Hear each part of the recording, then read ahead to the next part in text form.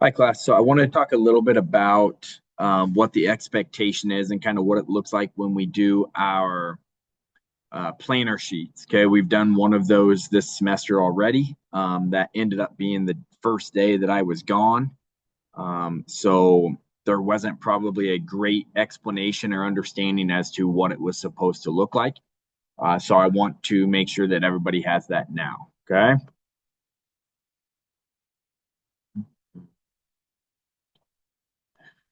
All right. So on here, let's see. That's what I want to look at. It says that you should fill out the planner sheet with all applicable things for each class from your A day and B days. Okay. So anything that you're doing, that you have done, that you're going to do, assignments that are due, quizzes or tests coming up, things like that, put them on there. Okay. Put them on there.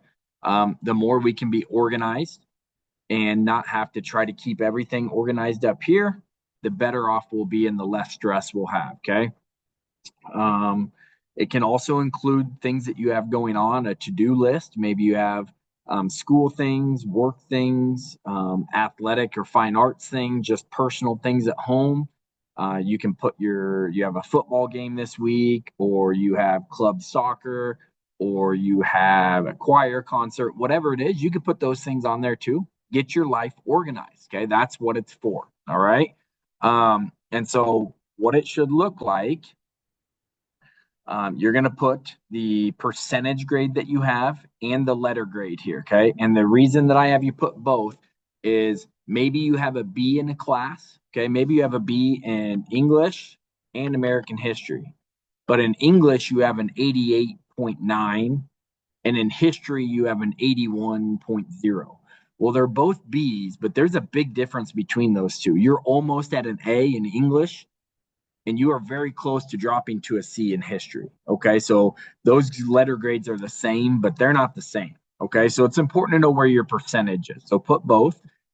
Math, the reason there's lying here is sometimes we have kids that are in algebra or geometry, or so put what math class you're in. Okay, current unit topic. So it doesn't have to be anything fancy. You don't have to have like the exact teacher words. Basically, I just want to know, what are you learning about? Okay, is it World War II?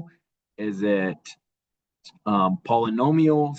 Is it for seminar class? On the second page here, we're our self discovery and self exploration. Okay, that's what we're learning about. Just put that there. Okay, obviously, you should have three um, other classes, right? Elective classes that you're going to put there. So put those down. Current assignments due. What is it that you're working on? Okay.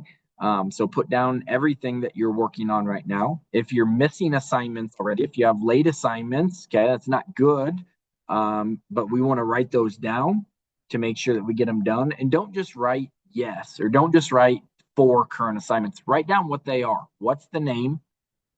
Where can you find it? How many points is it worth? When is it due? How long do you think it's going to take you? Write down information. Be thorough, be detail oriented. Okay. Don't be lazy. Write down the information that you need to be successful. So, the reason I'm giving you 20 minutes is this should take you 20 minutes. Okay. This should not take you 5 minutes. You need to be thorough. Um, and then your next assessment, if you know you have a test or quiz coming up or a presentation that's going to be an assessment grade, these are 80% grades. You write that in there. Okay. If you know how to calculate GPA, you can do that. Mr. Willie's going to come in and teach you how to do that soon. So if you know how to do this by the instructions down here, which you should be able to figure it out, honestly, you can go ahead and do that. Otherwise, don't worry about this part today. Everything else will need filled out for all of your classes. Okay. Thank you.